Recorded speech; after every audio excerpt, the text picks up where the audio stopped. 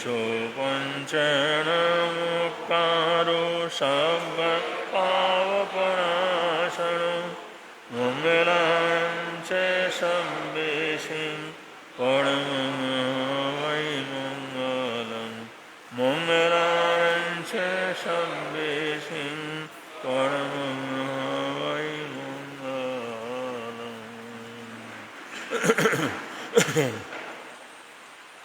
नमो मङ्गलमुखितं अहिंसा संयमोत्तमो देवावित्तं नमसन्ति यस्य धम्मे संयमो यादुमस्य बुकेषु भौमरो अव्ययैरसं प्रणयपुखं किलामि सोयपिणे अपायं ये मये समणमुता जेलोये सन्ति साउणो विहङ्गमवबुकेषु नानवत्ते शनिरया वयं च वित्तिं लभमो प्रणयको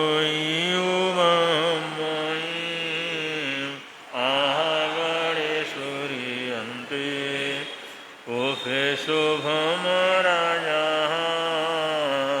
मोहुगारसमबुद्धा ये भवन्ति अनिश्चिया नानपिन्दरयानन्ता येन मुच्यन्ते साणो तीरे।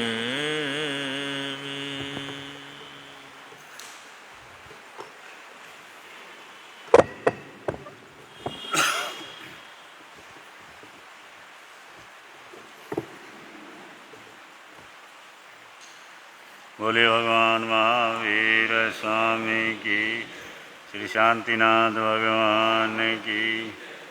नमस्कार तुमको गुरुदेव प्यारे, नमस्कार तुमको गुरुदेव प्यारे, नमस्कार तुमको शासन सितारे, नमस्कार तुमको शासन सितारे, नमस्कार तुमको तपोधन हमारे, नमस्कार तुमको तपोधन हमारे, नमस्कार तुमको सबके सहारे, नमस्कार तुमको सबके सहारे,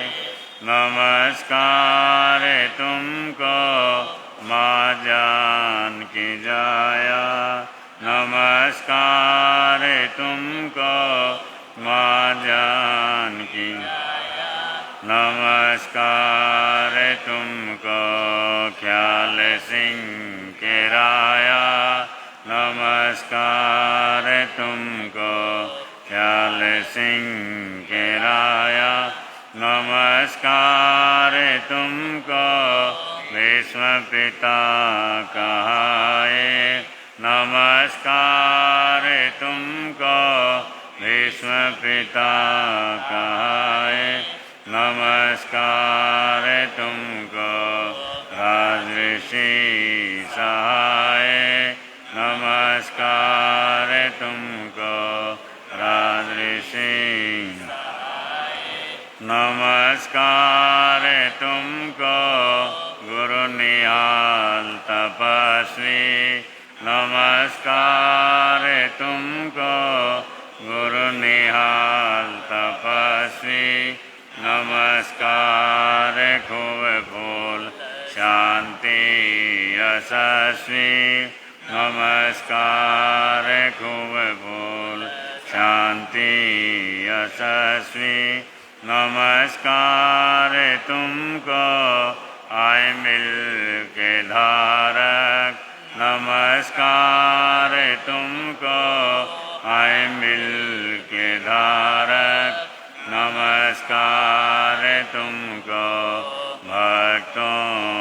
तारक नमस्कार तुमको भक्तों के नमस्कार तुमको गुरु सुमति के दाता नमस्कार तुमको गुरु सुमति के दाता नमस्कार तुमको मंगल पाठ प्रदाता नमस्कार तुमको मंगल पाठ नमस्कार तुमको हे मौनी विहारी नमस्कार तुमको हे मौनी विहारी नमस्कार तुमको महाव्रतधारी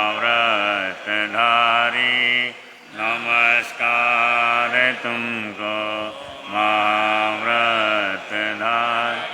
नमस्कार तुमको नमोकार साधक नमस्कार तुमको नमोकार साधक नमस्कार तुमको जिन धर्म आराधक नमस्कार तुमको जिन धर्म आराधक नमस्कार तुमको देवों के देवा नमस्कार तुमको देवों के नमस्कार तुमको करो पार खेवा नमस्कार तुमको करो पार नमस्कार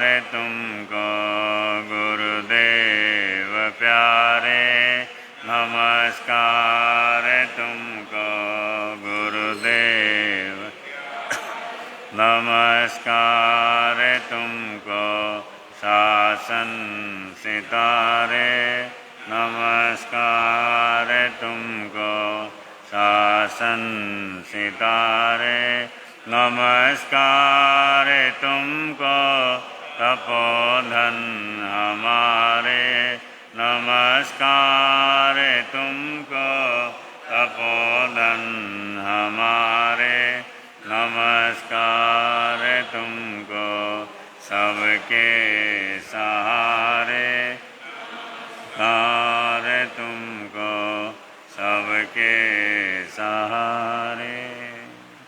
पूज्य गुरुदेव के चरणों में वंदना। वीरत्वी का स्वाध्याय। बोले भगवान महावीर स्वामी की। पंचम गणधराचार्य भगवान श्री सुधर्मा स्वामी भगवान की। पुच्छी सुणम समण महानाय अगारिणोय प्रतिथ्याय सेकेने गन्तव्यं धम्ममाहु अनेलि संसाहु समीक्षयाय कहं च नाणं कहं दंसनं से शीलं कहं नाय सूयस्यासि जानासीनं भिक्षुजातहीनम्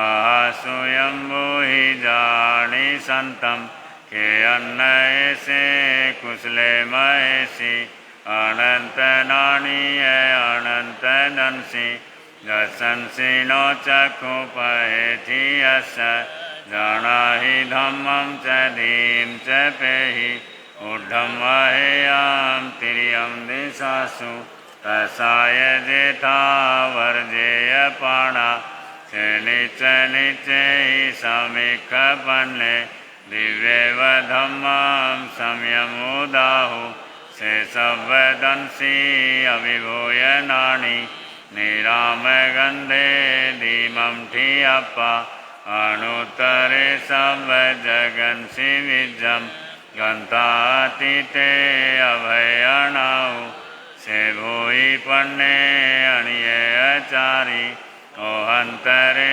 धीरे अनंत चक्षु अनुतरे तपई सूर्येवा वैरोयणीं देवतमं पगासे अनुत्तरं धम्ममीनं जिनानं नेयामुनिका सवया सुपन्ने इन्द्रेव देवान् मानुभावे सहस्रनेया दिविनं विसिठे सेपन्नया क्षय सागरे वा महोदहि वामि अनन्तपारे मनायिले वा कसायि मुखे सखेव देवायि वै जुयिमं सेवीर्येणां परिपूर्णवीर्य सुदंसने वा नगसवसेठे सुरालये वासि मोदाग वीरायने गुणो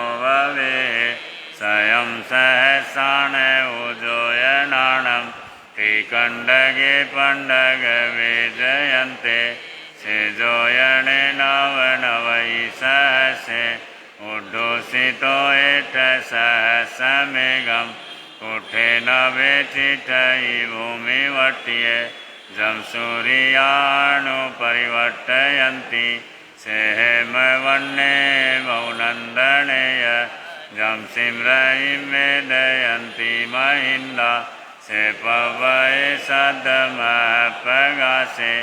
वीरायै कञ्चन मठवन्ने अनुत्तरे गिरिसूयपवदुगे गिरिवरे से जलियेव भूमे मय्ये मज्जं मिठिये नगिन्दे पन्नायते सूर्य शुद्धले से एवं सिरिये उसभूरिवन्ने मनोरमे जोयि अच्छी माली सुदंसन सेव जसो गिरीश पहुचई महतो पवयस एतो वमे सामने लाए पुते जाई जसो दंसन नानशीले गिरिवरे वा निसहायाणं रूयैव सेठे वलयाय ताणं तवो वमे से जगभूयि पन्ने मुनिन मध्ये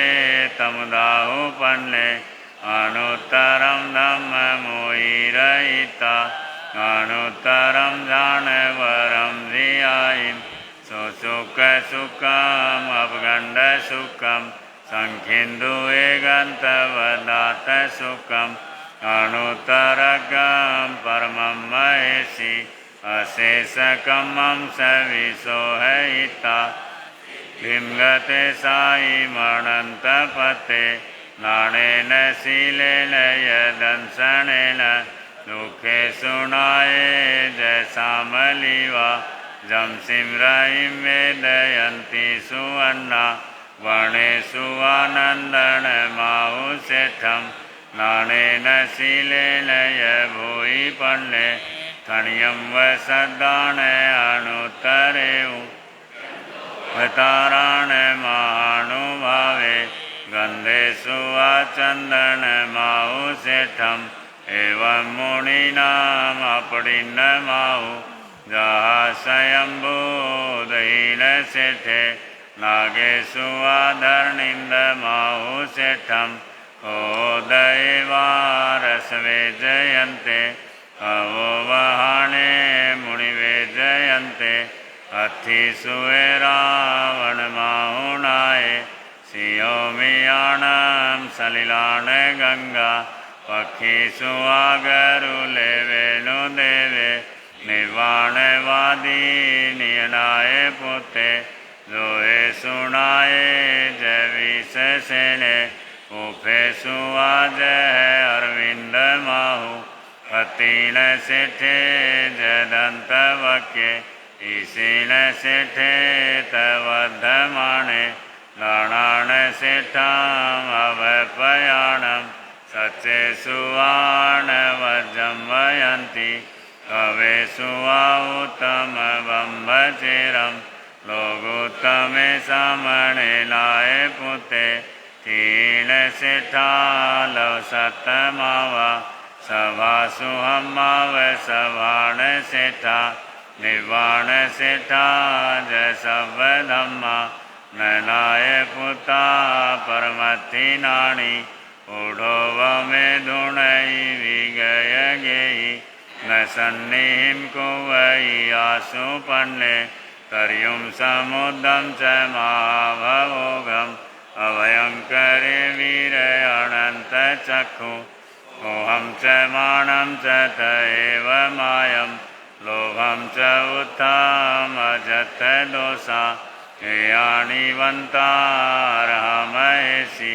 न कुवई पावन कारमेयि क्रिया क्रियां वेणयानुवायम् अन्नानियानं पर्यच्छठानं शेषभवायामि वेयिता उवठिय संयमदिहरायं शिवारिया इति सरायि भट्टम् एवं दुःखखयठयाय लोकं विदितारं परं च सर्वं बभुवार्य सर्ववारं शोचाय धम्मम् अर्हन्तवास्यं समाह्यमठपदोवशुद्धं तं सद्देहानाय जनानां इन्द्रेव देवा इव आगमिष्यन्ति इन्द्रेव देवा इव आगमिष्यन्ति आगमे वे प्रणते तंजा सुत्तागमे अथागमे तदुभयागमे एवं श्री ज्ञान के विषय जो गति चार लगाते मेलो जम्बाइदम बच्चा मीन विनक्रम चक्रम पैणम विनयनम जोगिनम घोषिनम सुटुदिनम दुटुपटिथ्यम अकाले को सद्धाव काले न को सद्धाव सद्धायम सद्धायम सद्धायम न सद्धायम गणता गुणता विचारता ज्ञान और ज्ञानवान पुरुषों की है विनय आसाधना है भक्ति तो बारंबार तस्मिच्छामि दुक्कड़म। पूज्य गुरुदेव के चरणों में वंदना। शास्त्र का स्वाध्याय, क्योंकि 11 अंग में जो दूसरा अंग सूत्र है, पहला है आचारांग और दूसरा सुयगड़ांग सूत्रकृतांग भी जिसको कहते हैं, उसी सूत्र का ये एक अध्ययन है। भगवान की स्तुति के रूप में विरत हुई या पुच्छी सुनम के नाम से जो प्रचलित है, और उसी का प्रसंग यहाँ पर चल रहा है। और आज की जो गाथा है, खणियम व सद्दान अनुत्तरु। खणियम, खणियम का हिंदी में एक अर्थ स्तनित, यानी बादल की गर्जना, मेघों की गर्जना। सद्दानम, सद्दानम का सामान्य अर्थ शब्द, यानी शब्दों के अंदर सबसे श्रेष्ठ या अनुत्तर वो बादल की गर्जना बताई गई, क्योंकि शब्दों का अपना प्रभाव होता है। व्यक्ति का आपस में जो संपर्क होता है उसका भी माध्यम क्या है? शब्द ही है, भाषा ही है। तो अपना प्रभाव रहता है शब्दों का। तो कहा कि शब्दों के अंदर सबसे अधिक प्रभावशाली वो मेघों की गर्जना है। और मेघ की गर्जना यानी बादल जब गरजते हैं, उसको यहाँ पर सर्वश्रेष्ठ बतलाएं। क्यों? क्योंकि मेघ गर्जना होती है, उसके बाद बारिश होती है, और उसके बाद पूरी धरती सरसब्ज होती, पूरा वातावरण हरा भरा होता है। अगर एक साल बारिश ना हो तो सब गड़बड़ा जाता है। तो मेघ गर्जना का मतलब कि उसके पश्चात प्रकृति के लिए सुखद वातावरण आता है। सिर्फ मनुष्य ही नहीं, पशु पक्षी वनस्पति प्रकृति जगत सारा ही उस मेघ गर्जना को सुन करके बड़ा प्रसन्न होता है, खुश होता है। इसलिए यहाँ पर सुधर्मा स्वामी ने कहा कि शब्दों के अंदर सबसे प्रभावशाली मेघ गर्जना, मेघों की आवाज़, बादलों की गर्जना सबसे श्रेष्ठ बतलाई गई है। और दूसरे चरण में कहा चंदो व ताराण, आकाश में जो तारागण हैं उनके अंदर चंद्रमा सबसे अधिक प्रभावशाली है। तारागण में यानी आकाश में असंख्य तारे हैं, रात को देखते हैं तो, अब आजकल तो शहरों में पता नहीं देखते नहीं देखते हैं ना, पहले तो छतों पर सोते थे तो अपने आप ही तारागण के आकाश के दर्शन हो जाते थे। और पुराने बुजुर्ग लोग वो तारों को देख करके ही समय बतला देते थे, अभी क्या बजा है, कितना टाइम हुआ है। आजकल तो फुर्सत ही नहीं है। पहले तो छत पे जाए कितने महीनों सालों हो जाते हैं ना, या बहुतों को तो शहरों में छत ही नहीं मिलती है, फ्लैटों के अंदर 10-10, 15-15, 20-25 कितने कितने मंजिलें होते हैं। तो लेकिन यहाँ पर जो बतलाया कि जो तारागण है आकाश के अंदर, उसमें चंद्रमा सबसे श्रेष्ठ बतलाया गया है, क्योंकि चंद्रमा भी वनस्पति जगत की, क्योंकि पहले आयुर्वेद चलता था, वैद्य लोग होते थे, वो इलाज करते थे और वो इलाज ऐसा होता था, और वनस्पति से ही होता था ज़्यादातर, या घर में जो रसोई में काम आने वाले साधन हैं उन्हीं से इलाज हो जाता था। और वो ऐसी दवाइयाँ जड़ी बूटियाँ होती थी जिसका कोई साइड इफेक्ट नहीं होता था। कभी सुना देसी दवाई का साइड इफेक्ट हुआ हो? हाँ? लेकिन अंग्रेजी दवाई, हाँ, अंग्रेजी दवाई कोई इलाज नहीं है, हालांकि हम सब खाते हैं वो, उसके बिना आज गुजारा ही नहीं है, लेकिन वो इलाज नहीं है। उदाहरण के तौर पर बीपी की, शुगर की, हार्ट की या किसी भी चीज़ की, एक बार गोली शुरू हो जाए फिर बंद होने का कोई चांस नहीं, जिंदगी भर खाते रहो। वो इलाज थोड़ी हुआ है, वो तो कंपनियों का अपना बिजनेस हुआ। वो कंपनियों का, यानी एक बार जिसको गोली शुरू हो गई अब लगातार उसने खरीदना ही है, और ऊपर से साइड इफेक्ट शरीर में होते हैं वो अलग। जिसके लिए दवाई ली उसको दबा करके रखता है, ठीक नहीं करता है। हमारी संस्कृति में वैद्य लोग वो बीमारी को ख़त्म कर देते थे, जड़ से निमटा देते थे, लेकिन अंग्रेजी दवाई में उसको दबा करके रखते हैं जिससे वो धंधा बिजनेस बराबर चलता रहे। कंपनियों का खेल समझना आसान नहीं होता। अभी मोबाइल भी जो आया है या और भी जो साधन आए हैं, टीवी, फ्रिज, एसी, क्या क्या, नहीं तो ज़्यादा प्राचीन क्या 40-50 साल पहले की जो अवस्था वाले हैं घर में होता था, फिर भी स्वस्थ रहते थे ना, फिर भी स्वास्थ्य अच्छा रहता था। और जैसे जैसे साधन बढ़े खर्चे भी वैसे ही बढ़े नहीं बढ़े। एक बार मोबाइल हाथ में आने का मतलब आपका खर्चा फिक्स हो गया। अब आप कमाते हो नहीं कमाते हो मैटर अलग है, लेकिन खर्चा तो फिक्स है ना। और मोबाइल भी घर में ऐसा कोई नहीं है जिसके पास ना हो, बच्चा हो बड़ा हो। पहले तो फिर भी थोड़ा बहुत बच्चों को टालने की कोशिश करते थे, लेकिन जब से कोविड आया और ऑनलाइन क्लासें शुरू हुई तो हर बच्चे के हाथ में पहुंच गए। हालांकि इससे कितनी बीमारियां हैं, कितना नुकसान है।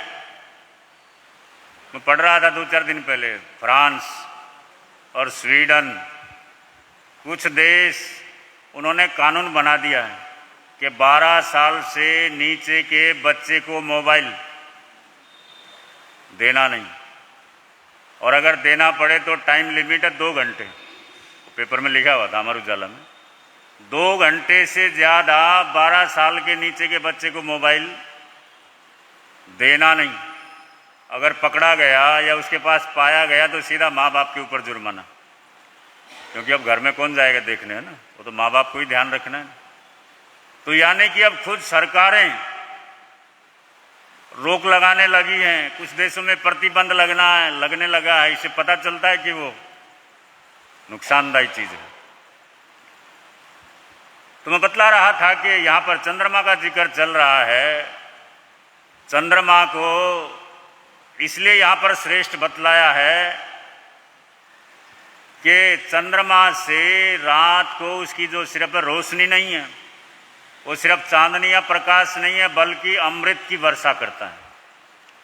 और उसी की रोशनी या चांदनी के प्रभाव से जो वनस्पति जगत है उसके अंदर वो एक तरह का अमृत उसके अंदर प्रवेश करता है।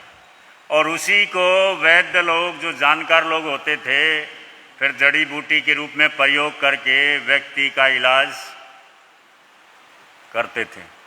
इतना चंद्रमा के उस प्रकाश का प्रभाव होता है और इसीलिए उसको श्रेष्ठ बताया कि तारागण के अंदर चंद्रमा सबसे श्रेष्ठ बतलाया गया है। पहले बतलाया शब्दों के अंदर मेघ गर्जना, तारागण के अंदर चंद्रमा, और गंधेशु चंदन माहु सेठम। गंधेशु, गंध यानी घ्राणेन्द्रिय का विषय है ना, यानी नाक का विषय है घ्राणेन्द्रिय। गंध सूंघना, और गंध के मुख्य दो भेद हैं, सुगंध और तो अच्छी कौन सी लगती है? सुगंध अच्छी लगती है, दुर्गंध अच्छी लगती है? स्वाभाविक है, हर किसी को सुगंध अच्छी लगती है। दुर्गंध कोई भी पसंद नहीं करता, वो अच्छी लगती नहीं है। तो यहाँ कहा कि सुगंधित जितने पदार्थ हैं, जितने पदार्थ सुगंधित हैं, उनमें चंदन की जो सुगंध होती है वो सबसे श्रेष्ठ या उत्तम बताई गई है। अब चंदन की सुगंध क्यों श्रेष्ठ बताई? क्योंकि वैसे फूलों की सुगंध होती है और भी अनेक वस्तुओं की सुगंध होती है, और आजकल तो नए नए इतने इत्र फुलेल क्या क्या आ गया, कोई हिसाब ही नहीं है ना।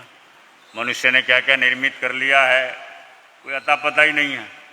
लेकिन यहाँ पर महापुरुषों ने जो बतलाया है, चंदन की सुगंध को श्रेष्ठ क्यों बतलाया?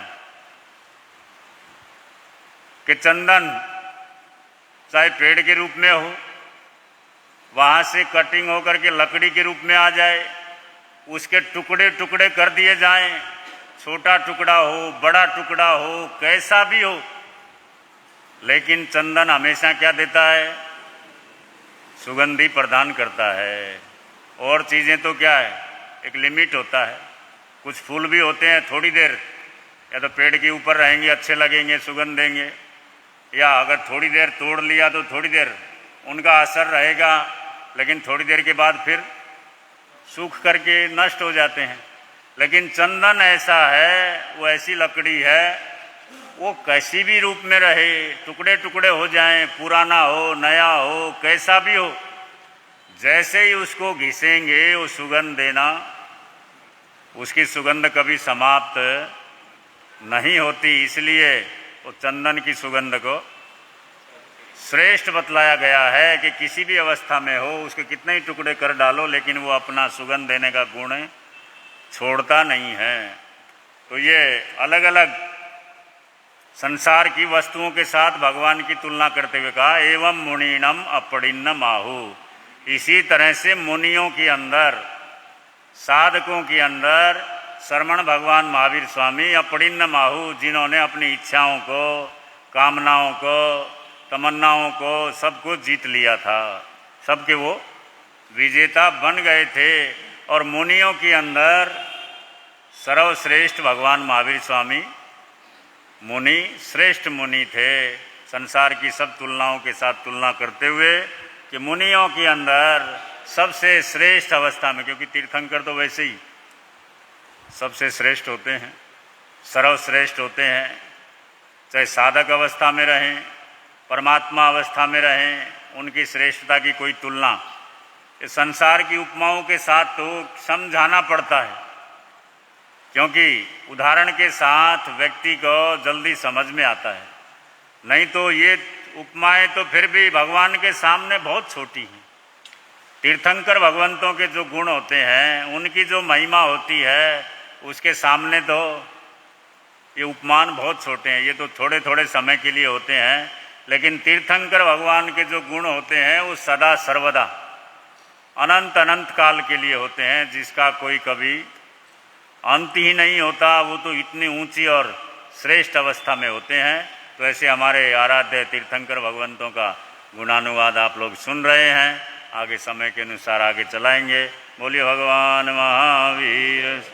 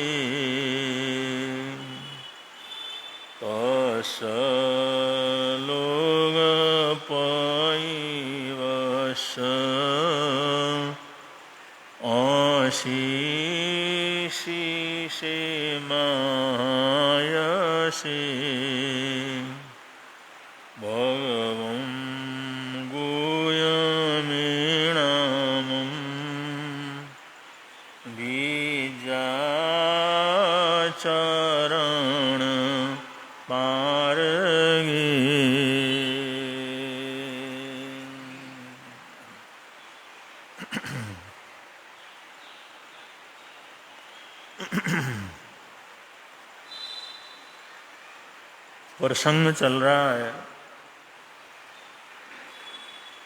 उसी को थोड़ा सा और आगे बढ़ा रहे हैं।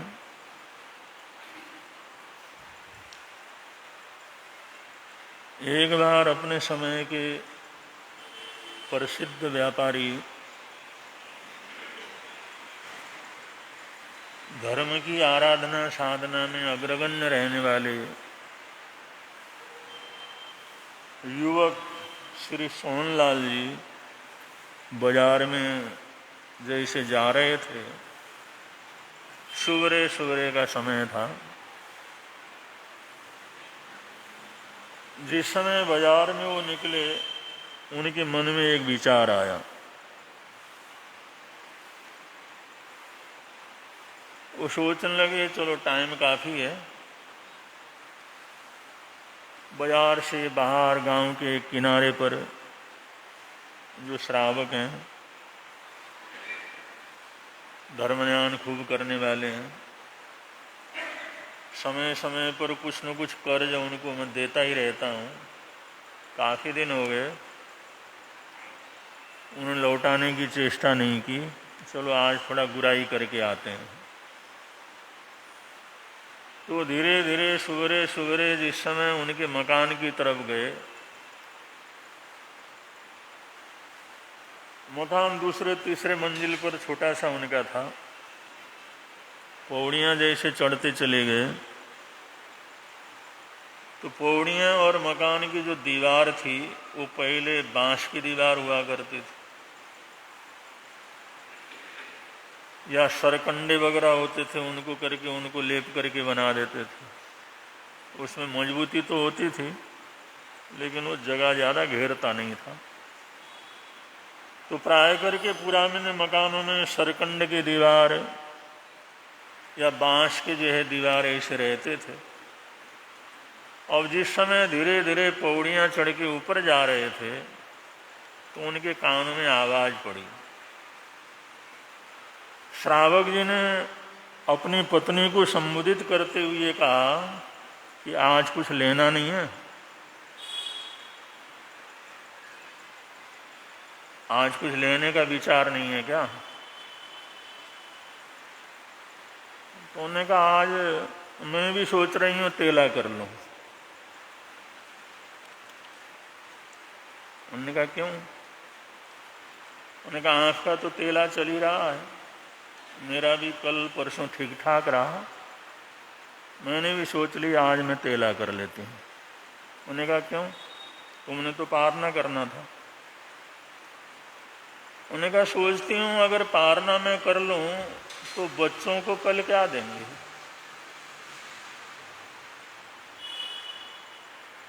अगर कुछ न कुछ आमदनी हो जाती है तब तो कुछ सोच लें।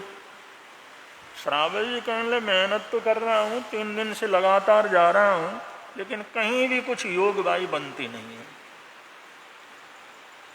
ये बात जिस समय उनके कानों में पड़ी, सोहनलाल जी के कानों में पड़ी, वो वहीं ठिठक करके खड़े हो गए। अरे हम लोगों के होते हुए सियालकोट जैसी नगरी में एक से एक बढ़कर के समृद्धि संपन्न लोग हैं और कर्म का ऐसा योग, धर्मात्मा आदमी, और इनको भोजन की साधन न होने की वजह से, अन्न न होने की वजह से, काम न चलने की वजह से, कुछ भी धंधा न होने की वजह से 3 दिन का तेला वो भी कर रहे हैं और उनकी पत्नी भी कहती है मैं भी तेला कर लेती हूँ। उनको बड़ा ख्याल है। वो दबे पांव जैसे ही खड़े थे, जैसे पौड़ियों में थे, वैसे पीछे मुड़ गए और पीछे मुड़ करके सीधा अपने छोटी दुकान में गए। छोटी दुकान बोले तो वहाँ पर उनका जो है ये धागे का काम होता था। धागे के बड़े बड़े गट्ठे वहाँ पर आते थे, गोदाम वहीं पर था, होलसेल के अंदर वहाँ से बिकते थे। कपड़ा बनने के लिए फैक्ट्रियों में उसके अंदर जाता था वो धागा, धागे के गांठे पड़े हुए थे। अंदर गए, एक धागे का गांठा ऊपर से नीचे खींच के नीचे जो उतारा और कैंची लिया और कैंची लेकर के उस गट्ठे को चारों तरफ से कतर दिया। उन्होंने कतर करके एक तरफ रखा और सोचने लगे अगर ये श्रावक इस रास्ते से निकले तो कुछ न कुछ मैं करूं, क्योंकि वो आदमी वैसे पैसा लेता नहीं। बड़े मुश्किल से मैंने उसको कर्जे के रूप में दिया हुआ है और उनको लेना, ज़्यादा लेना ऐसा पसंद भी नहीं है। धार्मिक आदमी है, वैसे तो कुछ लेने वाला नहीं है। काम वो कहता 3 दिन से कुछ हुआ नहीं है। तो वहीं प्रार्थना करने लगे हे भगवान ये श्रावक इधर से गुजर जाए, इधर से निकले तो कुछ बने बात। अब जब कोई भागशाली पुण्यशाली आत्माएं होती हैं, अब किधर जाना है ये तो पता नहीं था, किधर जाएगा ये तो किसी को पता नहीं था, कोई उसका प्लान तो था नहीं। सुबह सुबह का समय था, सुबह के सुबह समय एक आदमी घर से निकल करके किस रास्ते से किधर निकलेगा कोई अता पता तो था नहीं। अब ये तो जहाँ पर उनकी दुकान थी बड़ा बाजार था, तो यही प्रार्थना करने लगे भाई वो इधर से निकल आए। और कभी कभी महापुरुष जो सोचते हैं, महापुरुष इच्छा करते हैं, कल्पना करते हैं या चाहते हैं, वो कुदरती कुछ न कुछ योग बनता है, ऐसा ही हो जाता है। वो सोचते रहे, इंतजार करते रहे, वो देखा दूर से वो इधर ही आ रहे हैं। उन्होंने कहा भगवान को लाख लाख शुक्र किया, चलो ठीक है। अब जैसे उधर से निकले उन्होंने देखा स्वयं की दुकान खुली हुई है, तो उनके सामने जाना नहीं चाहते थे। उसका दिया हुआ कर्ज में मुक्त नहीं कर रहा, दे नहीं रहा, चुका नहीं रहा, एकदम उसके सामने कैसे जाऊं। वो चाहते थे इस दुकान को छोड़ करके किसी गली से आगे निकलूं। सोहनलाल जी समझ गए। उन्होंने कहा चाचा जी किधर घूम रहे हैं, किधर घूम रहे हैं, सुबह सुबह कहाँ जा रहे हैं, इधर सुबह सुबह किधर का है। उन्होंने कहा नहीं थोड़ा काम था। अरे इधर तो आओ, इधर से निकलो। और उन्होंने आवाज़ दी और सोहनलाल जी आवाज़ दे और कोई आदमी उसको मना करे, ये तो बड़ा मुश्किल का काम था। उधर से निकले, उधर से निकले तो चाचा जी क्या है आजकल, क्या धंधा पानी है, क्या काम करने का तौर तरीका है, लोगों का कुछ भरोसा नहीं रहा। अच्छे अच्छे लोगों का भरोसा नहीं रहा। खूब जय सुनाने लगे, स्वयं होगा क्या, क्या हुआ? उन्होंने कहा होना क्या, और हमारे को भी बेवकूफ बनाने में कोई संकोच नहीं करते, कुछ भी कर लेते हैं। पैसे के पीछे ऐसा थोड़ी करना चाहिए। खूब जो है तेज बोले। उन्होंने कहा हुआ क्या? उन्होंने कहा देखो ये गांठ देखो। अब हमारे दुकान और यहाँ हमारा धागे का व्यापार, और ये भेजा तो उसके बीच में से ये गांठ निकली, सारी की सारी कतरी हुई है, और इसका तो 2 पैसे की कीमत नहीं अपने लिए, फेंक दिया एक तरफ। भरोसा तो रहा ही नहीं ना आजकल। जाओ देखो तो ठीक है, वरना कोई कुछ भी कर ले। खूब जिस समय सुनाया, उन्होंने कहा चाचा जी अगर कुछ होता हो तो ले जाओ, वरना मैं तो कचरे में डाल दूं। अगर कुछ तुम्हारा बनता हो, कुछ होता हो, इससे टुकड़े टुकड़े जोड़ करके कुछ हिसाब किताब बनता हो तो देख लो इसको, मैं तो फेंक ही रहा हूं इसको। उन्होंने सोचा अब धागे की गांठ है, इतनी बड़ी गांठ है, थोड़ा बहुत तो इसकी कुछ न कुछ तो कमाई होगी। कुछ बोले नहीं। उन्होंने वहीं सामने एक ठेले वाला, अरे ठेले वाले इधर, इसको यहाँ डाल ले और इसको श्रावक जी के इनके मकान के ऊपर ले जा करके छोड़ दे, और उठा के ऊपर ले जाना, नीचे छोड़ के नहीं आना। उसको जो है वो ठेले में बैठा करके वहां से भेज दिया। उन्होंने कहा सोहन तो उसका क्या है, क्या मूल्य है, ये तो बतलाओ कितना देना। अरे मूल्य मूल्य क्या है, जो चीज फेंकना है, कचरे में डाल रहा हूं, उसका कोई मूल्य।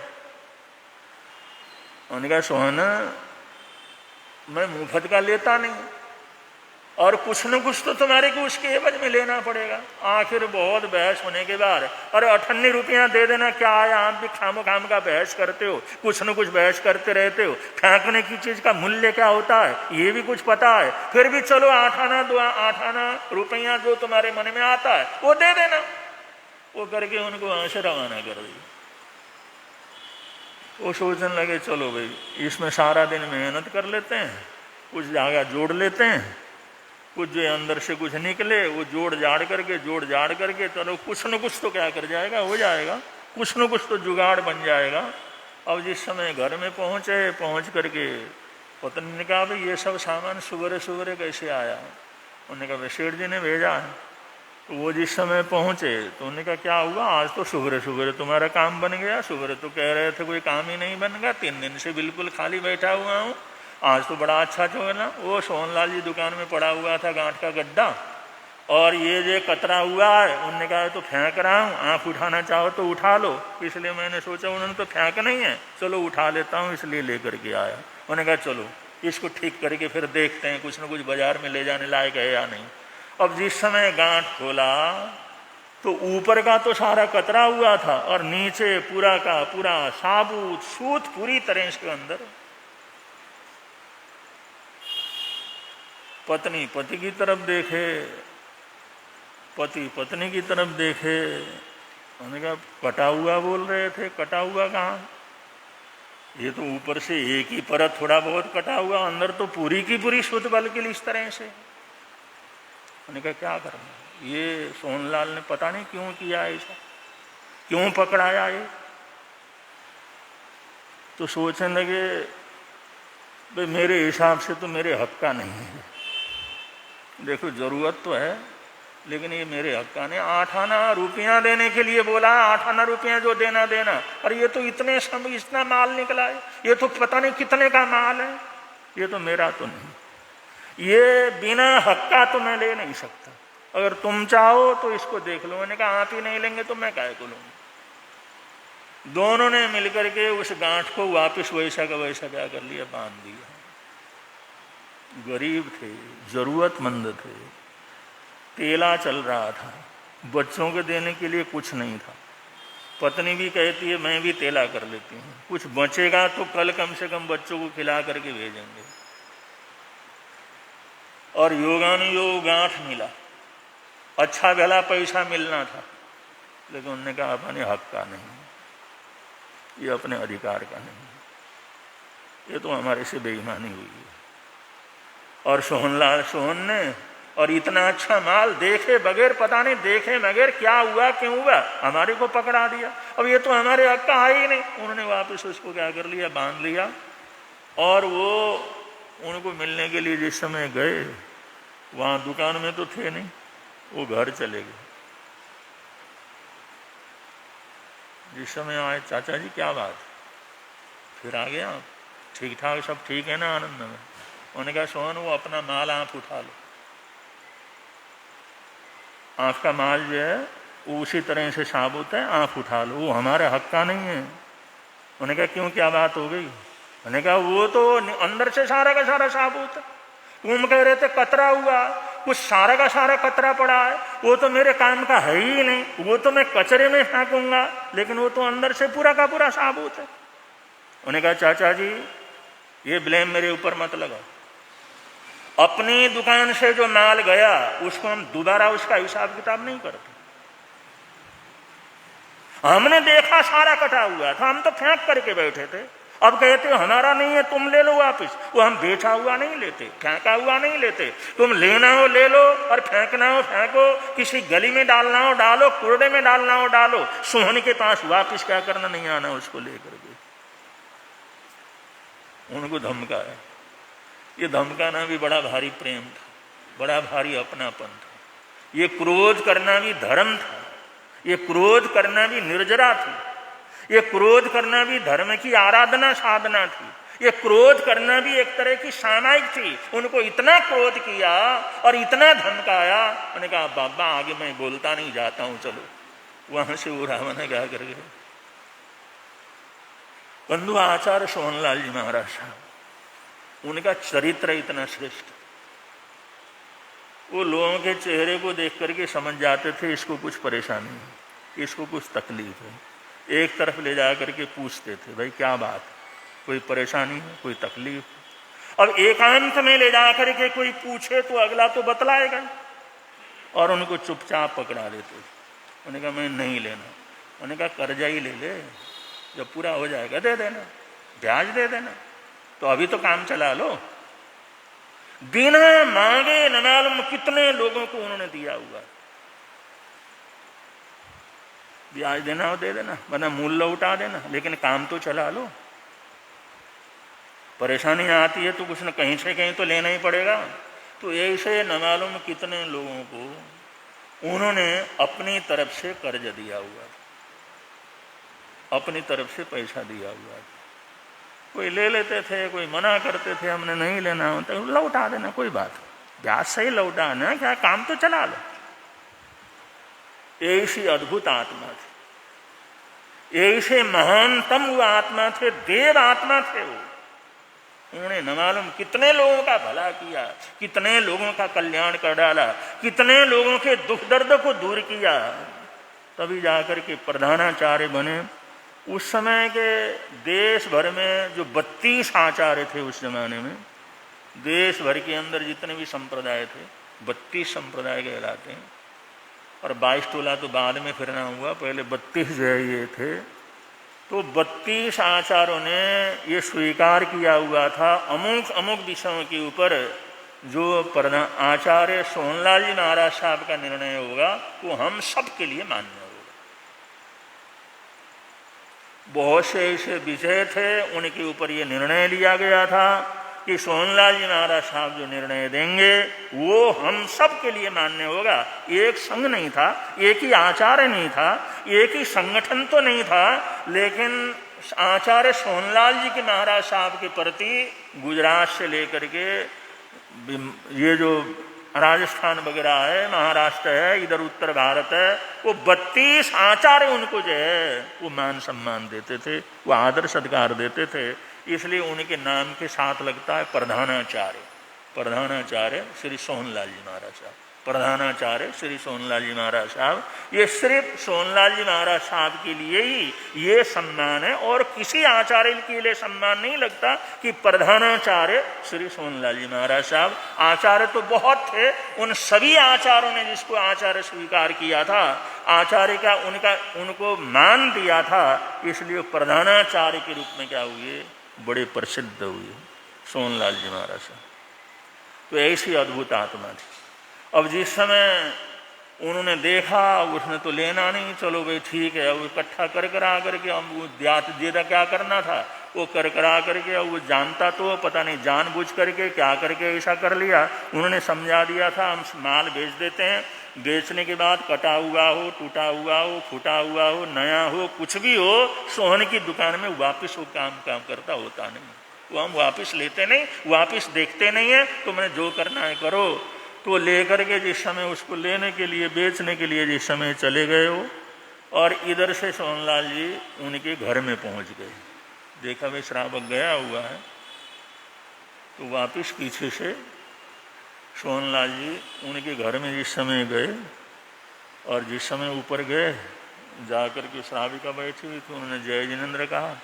उन्होंने कहा पधारो भाई साहब, पधारो पधारो, आपका उपकार तो कभी भूल नहीं सकते, पधारो। तो एकदम नाराज हो गए। ये ऊपर ऊपर से भाई साहब, ऊपर ऊपर से भाई साहब, ये मेरे को पसंद नहीं है। बोलते समय भी ध्यान रखा करो, भाई साहब काहे का भाई साहब, बोलने से हो जाता।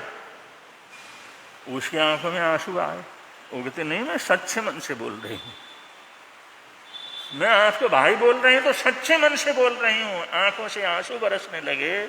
जिस समय उन्होंने ऊंचे स्वर में बोला तो उन्होंने कहा भाई अगर भाई साहब तुम सच्चे मन से बोलती है तो राखी क्यों नहीं बांधती? और वहां राखी कहाँ से लाते?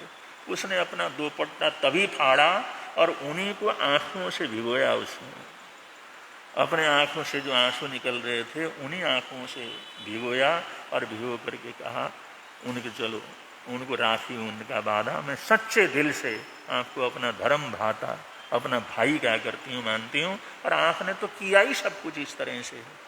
और जिस समय राखी बंधवा दी, उनका दुपट्टे से वो जो सूत निकाल करके जिस समय बंधवाया, बंधवाने के बाद उन्होंने जेब के अंदर हाथ डाला और जितना कुछ ले करके आए थे वो सब उनको जो दिया। उन्होंने कहा बहन जी अब जो तुम्हारा हमारा सब जो लेना देना खत्म हो गया, जीजाजी को कह देना, अब कोई लेना देना नहीं। और कभी भी जरूरत पड़े तो सिर्फ इशारा कर देना, मैं खुद ही ध्यान रखूंगा। अब तुम सोहनलाल की बहन हो, अब कभी कोई तकलीफ तुम्हारे सामने नहीं आनी चाहिए। बंदो उनके जिंदगी भर की तकलीफ को उन्होंने दूर की। ये तो एक उदाहरण है, ये तो उनके जीवन की एक घटना है। न मालूम कितनी घटनाएं आचार्य सोहनलाल जी महाराज साहब के जीवन के अंदर ऐसी घटनाएं थी। न मालूम कितने श्रावक श्राविकाओं को उन्होंने धर्म से जोड़ा, सहायता की, सेवा की, और वो धन दौलत का कैसा सदुपयोग किया और कितना उपयोग किया। ऐसे भद्रिक आत्मा थे, इसलिए 32 आचार्य उनको प्रधानाचार्य के रूप में क्या करते थे, स्वीकार करते थे। तो बंधु ये हमारे पंजाब परंपरा के लिए कितने गौरव की बात है। कैसे कैसे लोग, कैसे कैसे श्रावक, कैसे कैसे आचार्य और कैसे महापुरुष थे जिन्होंने इस धर्म परंपरा को सींचा और पंजाब के अंदर, पूरे बृहद पंजाब में इसको जो जीवित रखा, परंपरा को जीवित रखा। और भरपूर हर जगह पर धर्म की प्रभावना होती रही। और क्या गांव, क्या शहर, उत्तर भारत को पूरी तरह से धर्म ध्यान के अंदर आगे रहा। तो इस प्रकार उन महापुरुषों का हमारे ऊपर, हमारे संघ के ऊपर, शासन के ऊपर अनंत अनंत उपकार है। और उनसे ही प्रेरणा लेकर के कुछ न का धर्म ध्यान आप लोग करते रहते हैं, साधनाएं करते रहते हैं, प्रोग्राम वगैरह करते रहते हैं। कोई ना कोई टाइम जरूर निकालते हैं। चलो भाई कोई कार्यक्रम है तो उसको जरूर क्या करें, निकालें। और चतुर्मास इस समय प्रारंभ हुआ और प्रारंभ होते ही समिति की जैसी भावना थी, जैसे हर साल होता ही रहता है, फिर जाप तो पूरा का पूरा क्या करना है, रखना है। और ये 2 जाप तो 24 घंटे के ही होते हैं। एक तो पंचमी का जाप, तो गुरु महाराज जी का स्वर्गवास हुआ 1985 में, तब से लेकर के आज तक पंचमी का जाप खंडित नहीं हुआ। चाहे बरसात हुई, चाहे सर्दी हुई, शांति संघ और उनके बच्चे और आप सबका सहयोग वो हमेशा चलता रहा। अब ये पूर्णमासी का जाप भी गुरुदेव के स्वर्गवास के बाद यहाँ पर चलता है, तो 24 घंटे के चलते हैं। और पहले 24 घंटे के कराते थे, उसमें थोड़ी तकलीफ वगैरह पड़ती थी और वे 12 बजे के बाद थोड़ी परेशानियां ज़्यादा होती थी, इसलिए निर्णय लिया गया चलो भाई 17 घंटे का जाप क्या कर लेंगे, चला लेंगे। और 17 घंटे का जाप बड़े अच्छे ढंग से चतुर्मास से पहले दिन से लेकर के आज तक लगातार चल रहा और बढ़िया तरीके से चल रहा। और शाम के समय तो इतने भाई लोग होते हैं और इतनी अच्छी तरह से जाप होता है, कमरा पूरी तरह से भर जाता है। सारी रात में जितना जाप होता है उससे तो दुगना तिगुना जाप तो तभी पूरा हो जाता है और खुशी खुशी हो जाता है, प्रसन्नता पूर्वक हो जाता है। और जाप का बहुत अच्छी तरह से चलता रहा, सुख शांति से सब कार्यक्रम चल रहा है। आज भी जाप चल रहा है, लेकिन कल का किसी का नाम नहीं है, कल का किसी का काम नहीं है। तो हमारे नीतू जी वगैरह आए थे ऊपर, भाई क्या करना है? मैंने कहा भाई अब करना क्या है, खुशी खुशी अगर होता है तो करना। धर्म ध्यान में ज़्यादा जो आड़ा नहीं देना, ज़्यादा परेशान करके धर्म ध्यान नहीं करवाना। नाम आते हैं खुशी खुशी तो ठीक है, वरना 17 घंटे का इतना जाप चला, इतना बहुत है, हमारे लिए पर्याप्त है, हमारे को पूरी संतुष्टि है। आगे किसी का नाम आया तो चला लेंगे, वरना 17 घंटे का जाप बहुत अच्छी तरह से चला। आगे किसी के लिए भी हमारा फोर्स क्या है। ये आज 1 तारीख है और 1 अगस्त तक आज का जाप बराबर है। और कल से, क्योंकि आप लोग व्यापारी हैं, धंधा पानी व्यापारी कमाई करना यही सीजन है। अब आगे नवरात्र है, होली है, फिर विजयादशमी है, दशहरा है, फिर दीपावली है। यही तो अपने व्यापारियों का सीजन है, यही तो काम करने का मौका है, यही मेहनत करने का मौका है।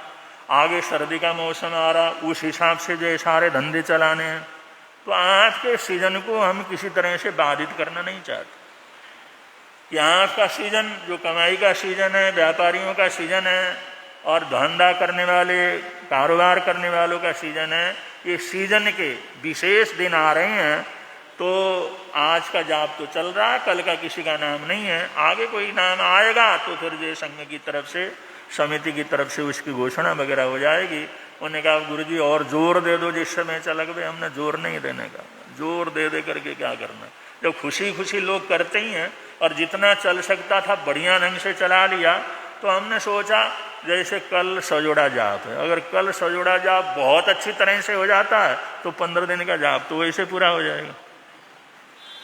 अगर कल बहुत अच्छी तरह से आते हैं, हफ्ता 10 दिन में अगर ऐसा कोई जाप रख लेते हैं, 1-1.5 घंटे का पूरा जाप रख लेते हैं जिसमें भरपूर आप लोग आ जाते हैं, तो महीना 15 दिन का जाप तो वैसे उसके अंदर क्या हो जाएगा। और चतुर्मास रह गया क्या, 1 महीना 15 दिन। और ये जाने में तो क्या टाइम लगता है। 15 नवंबर को जो चतुर्मास खत्म होना है, आज 1 अगस्त हो गया, चतुर्मास तो पूरा हो गया। अब ये सीजन के कुछ दिन है, 15-20 दिन, और ये 15-20 दिनों के अंदर ही आप लोगों ने अपने काम कारोबार धंधा पानी उसके अंदर बिजी रहना है। तो आप लोग उसके अंदर सफलता प्राप्त करें, सुख शांति से रहें, ऐसी मंगल कामनाएं।